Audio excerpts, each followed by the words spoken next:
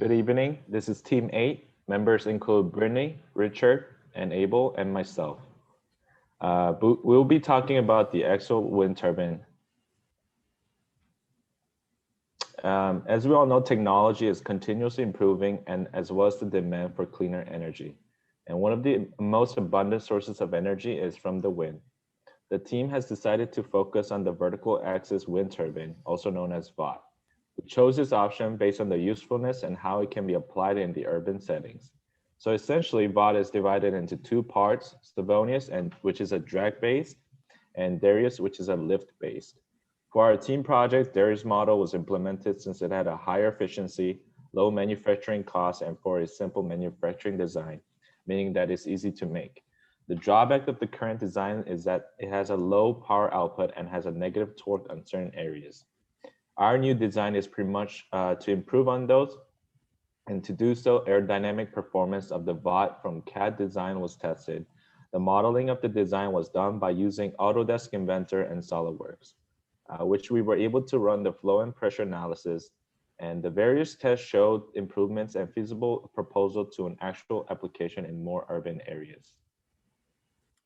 The problem of this project was to take a vertical axis wind turbine that has been known to function off receiving contact on one blade to where it receives contact on each of its blades. To address this issue, the blade and the overall structure will be designed to where it can extend and retract from the hub, optimizing the torque it receives on the turbine shaft. Next. Objective of the project is very straightforward. First, it is to determine the amount of energy that is necessary to meet required standards, and then size the system to the specification. Then to create an adjustable diameter that can change with different wind speed and angle.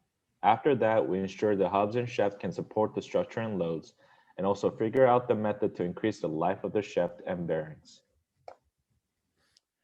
When turbines operate on this simple principle of converting kinetic energy from the wind into mechanical energy, which tends to make electricity.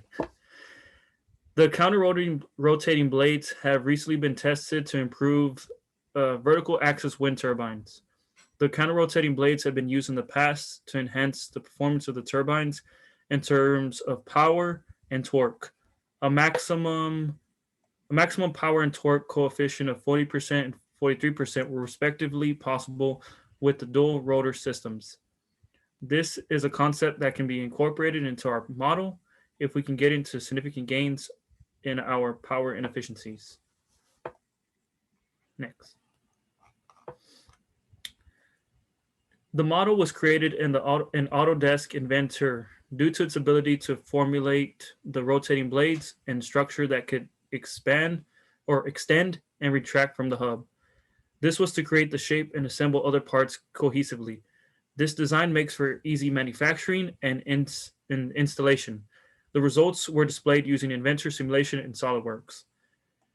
The next step in creating this structure was to do analysis of the overall pressure and velocity to represent the effects on the material that were chosen. A simulation was ran in the z-coordinate axis direction to see how velocity would be affected as the wind turbine blades were in motion. Also, shear stress and pressure graphs were also populated in Simulink. This assisted to gain the knowledge in how the wind turbine was to be affected by wind and how well the material would hold. It also helped us to understand, and also concepts that we took into consideration were how cost effective and durable once this analysis had been populated with calculations. This concept will contain an expandable shaft, which will enable the turbine to have greater swept area, supplying higher amounts of energy to be absorbed from the wind, in addition to a larger amount of torque. The shaft in this design is expandable up to 20.32 centimeters, increasing the overall diameter by 40.64 centimeters, which is double the original diameter. While the shaft arm arcs are extending, the arc angle between the upper and the lower rotor are plus or minus 8. This is necessary for the blade to maintain a consistent orientation. Now, Richard will discuss the design of this project. So when designing our Vawt, there are several things to consider. Aerodynamics improves as the number of blade increases. When moving to 2 blades to 3 blades, there's a 3% increase in efficiency, but when moving to 4 blades, the gain is marginal at 0.5%. We also have to take into to account the cost of the system also increases significantly by increasing the number of blades. So the determined number of blades in our system is 3. In lift type turbine, the driving force of the turbine is when wind force blows over the airfoils, kind of like an airplane wing. The lift force is perpendicular to the apparent velocity of flow and is increased with the angle of attack. There's another component, the drag force, which is undesirable. It's actually tangential to the lift force. So while the lift force supports rotation, drag force opposes it. So the performance is at its best when the ratio between these two is optimum. So as the blade rotates around the axis, you can imagine that the angle of attack varies. This means that there's areas in which the drag forces are high. We have implemented a helical blade design to combat that issue. So as a turbine rotates, there's always a section of the blade with the optimum lift to drag ratio.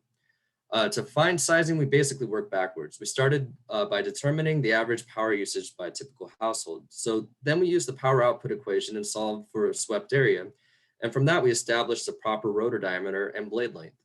All other components were sized to accommodate a sturdy structure, which we'll discuss later in the results. So now we will discuss the innovation. Our innovation was the design of Vawt with an expandable, retractable blade support system. Our design can increase the rotor diameter by about 40 centimeters or 29%. So what is the benefit of expanding the blade diameter? In the previous slide, I mentioned the wind power equation. From that 1/2 rho AV cubed, we can see that the only variable we can manipulate is the swept area. This allows for more energy from the wind to be able to be captured and thus increasing the power output and torque. In addition to capturing energy from the upwind blades, you can also catch energy on the downwind blades on the backside. The upwind blades extract most of the energy, typically 80%. So the downwind is much slower and with less energy. Increasing the rotor diameter allows for more space in between the blades, which could allow for potentially better wind quality on the backside. And Brittany will now discuss our analysis results. The design was created to populate the results with the rotation of the blades and the structure that can extend and retract from the hub. In these figures shown below, we will see the analysis of pressure and velocity on the overall assembly is taken into consideration, and the velocity in the z-coordinate axis direction. Next. These figures here show the shear stress upon the supports and the pressure applied by the length. Next. Here we have our calculations.